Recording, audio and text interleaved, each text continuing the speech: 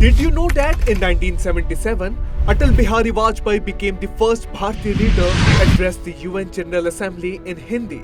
At a time when Hindi was not considered a global language, Vajpayee still chose his mother tongue for that historic speech. Now here's something interesting.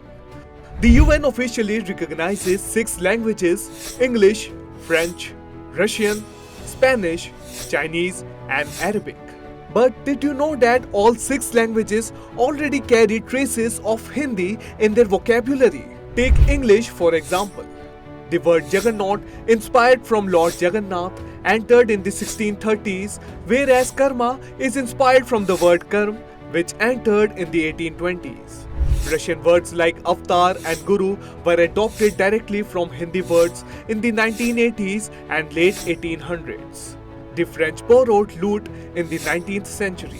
Chinese has Yujia, which means yoga, which was adopted around the 5th century.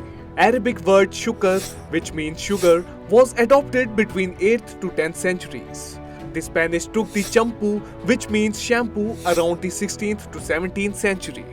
And beyond these 6, Hindi has given countless words to languages across the world. That's what makes Vajpayee's 1977 speech even more symbolic, because Hindi was never foreign to the global stage.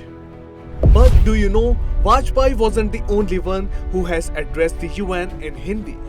Leaders like P.V. Narasimha Rao, Sushma Swaraj, and Prime Minister Narendra Modi have also addressed in the years that followed. In 1977, as External Affairs Minister in Morarji Desai's government, Vajpayee's message of Vasudhaiva Kutumbakam, the world is one family, made global headlines. His speech highlighted India's cultural identity and signaled the return of democracy after the dark days of emergency imposed during Indira Gandhi's rule. So here's the bigger question. If Hindi already echoes in the world's languages and voices India's identity at the UN, isn't it time the UN recognizes Hindi as one of its official languages?